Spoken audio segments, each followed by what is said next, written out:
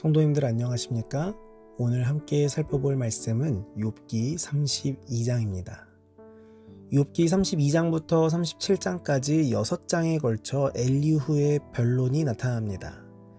지금까지는 31장까지 세 친구의 변론과 욥의 답변으로 욥기가 진행되었고, 엘리후는 나이가 연소하여 욥의 세 친구의 변론에 끼어들지 않았습니다.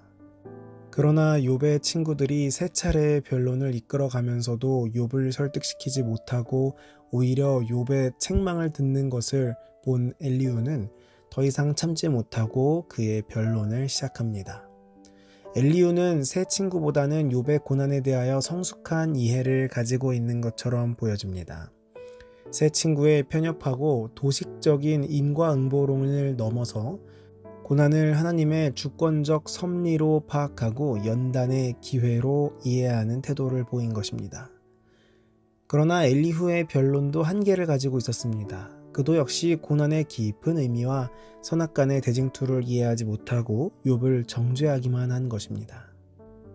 1절과 2절에 욥이 자신을 의인으로 여김으로 그 세 사람이 말을 그치니 람 종족 부스 사람 바라겔의 아들 엘리후가 화를 내니 그가 욥에게 화를 내면 욥이 하나님보다 자기가 의롭다 함이요. 엘리후는 그는 나의 하나님이시다 라는 뜻을 지닌 아주 평범한 히브리 이름입니다. 그의 부친의 이름인 바라겔은 하나님이 축복하신다 라는 뜻입니다. 부스 사람이라는 것은 엘리후가 아브라함의 형제인 나홀의 가문에 속한 사람임을 알려주고 있습니다. 1절은 자기의 견해에 따라 무죄를 확신하는 욥에 대해서 더 이상 변론하는 것은 무익하다라는 것을 깨달은 세 친구들이 아무런 대답도 하지 않고 잠시 침묵의 상태로 들어간 것을 이야기합니다. 엘리후가 욥에 대해서 분노한 이유는 무엇이냐면은 그가 생각하기에 욥이 하나님보다 자기가 더 의롭다라고 이야기하는 것처럼 느껴졌기 때문입니다. 세 친구들이 욥의 결백 주장에 대해서 더 말을 하지 못하고 침묵했던 것에 반해서 엘리후는 욥의 태도가 하나님의 성품과 존귀를 위태롭게 하는 불경건한 교만임을 알고 하나님을 위해 변호하고자 나선 것이었습니다.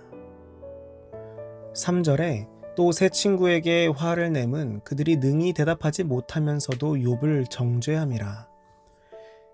엘리후가 노를 바란 것은 세 친구들이 욥을 적절하게 반박하지 못한 사실 자체라기보다는 오히려 욥의 문제나 잘못을 바로 지적하지도 못하면서 오히려 무리한 연설만 늘어놓는 이 친구들의 짧은 견식과 편견 때문이라고 보는 것이 무방합니다.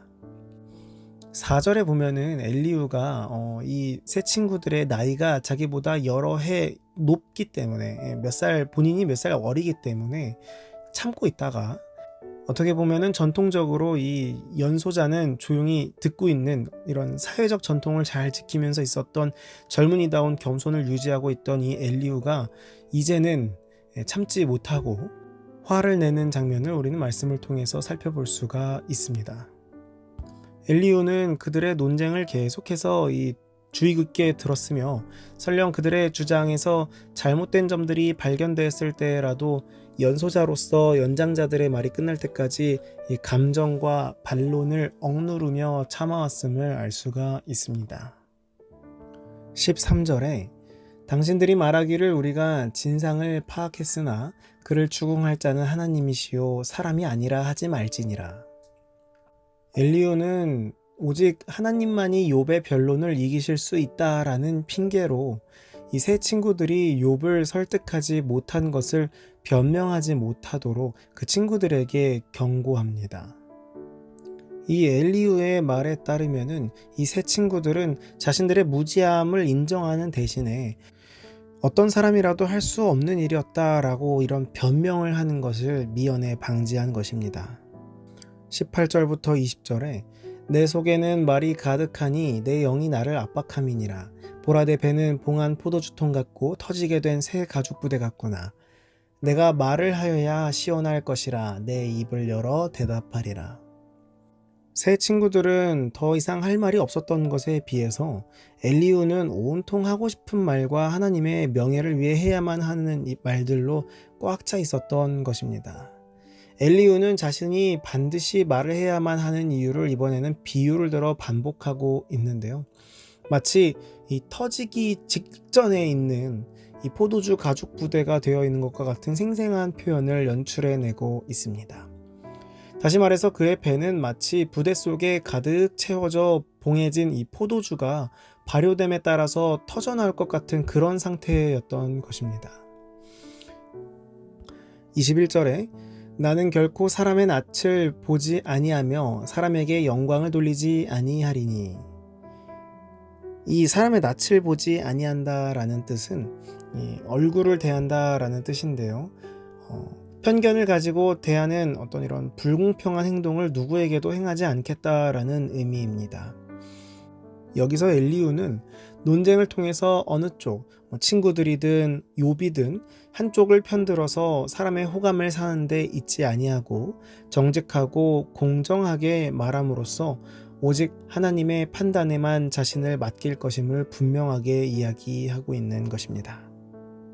이어서 22절에 이는 아첨할 줄을 알지 못함이라 만일 그리하면 나를 지으신 이가 속히 나를 데려가시리로다. 엘리후가 자신의 행동 기준을 오직 하나님께만 두려고 했음을 알 수 있습니다. 이런 표현은 엘리후가 자신의 연설이 하나님의 명예를 변호하기 위한 신성한 사명임을 강조하는 것입니다. 엘리후는 하나님께서 자신을 벌하실 것이 분명하기 때문에 그는 결코 새 친구들처럼 욥에게 아첨하듯 하는 태도로 하나님의 공의를 저버리지 않을 것임을 공포함으로써 자신이 하나님의 변호자임을 확신하고 있습니다. 오늘 우리는 말씀을 통해서 중재하는 엘리후의 자세를 살펴봤습니다. 엘리후는 양쪽의 의견을 충분히 들었습니다. 그리고 자신은 어느 한쪽 편에 서서 말하지 않겠다라고 공언하죠. 그리고 하나님께 지혜를 구합니다. 우리는 종종 어떤 다툼에 휘말리거나 혹은 가운데서 중재해야 할 때에 사실 이 말하고 싶은 욕구를 참는 것이 정말 쉽지 않습니다. 말하고 싶어서 참을 수 없을지라도 양쪽의 의견을 충분히 듣고 판단이 설 때까지 기다리는 것이 그리스도인의 태도입니다.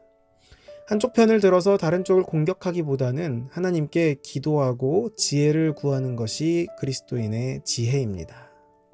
의견을 중재할 때에 성급하게 이야기하지 않고 분쟁이 있을 때에는 인내하고 충분히 의견들을 경청하는 우리 모두가 되기를 간절히 바랍니다. 뿐만 아니라 하나님께 먼저 가서 하나님의 뜻이 어디에 있는지 묻고 구하는 우리 모두가 되어야 합니다.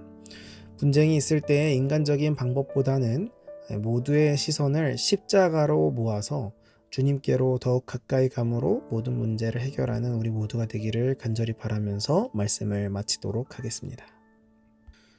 오늘은 청년반 이혜인 청년을 위해 기도하도록 하겠습니다. 하늘에 계신 아버지, 오늘도 주님의 말씀으로 하루를 시작하게 하심에 감사합니다. 오늘은 청년반 이혜인 청년을 위해 기도합니다. 취업을 준비하고 있습니다. 여러 가지로 선택의 순간에 서 있는 이혜인 청년의 앞길에 주님 함께 하셔서 주님께서 인도하시는 가장 좋은 길로 나아갈 수 있도록 인도하여 주시옵소서. 또한 말씀을 보고 주님을 구하기로 결심했습니다. 이 마음이 변치 않고 영적인 양식을 끊임없이 충족받는 마르지 않는 샘물로 나아가는 이혜인 청년 될 수 있도록 인도하여 주시옵소서. 말씀에서 살펴본 것처럼 우리가 중재할 때에 좌로나 우로나 치우치지 않고 먼저 하나님께 여쭈며 그 어려움을 해결해 나갈 수 있도록 주님 인도하여 주시옵소서. 언제나 우리를 사랑하시는 예수 그리스도의 이름으로 간절히 기도드립니다. 아멘.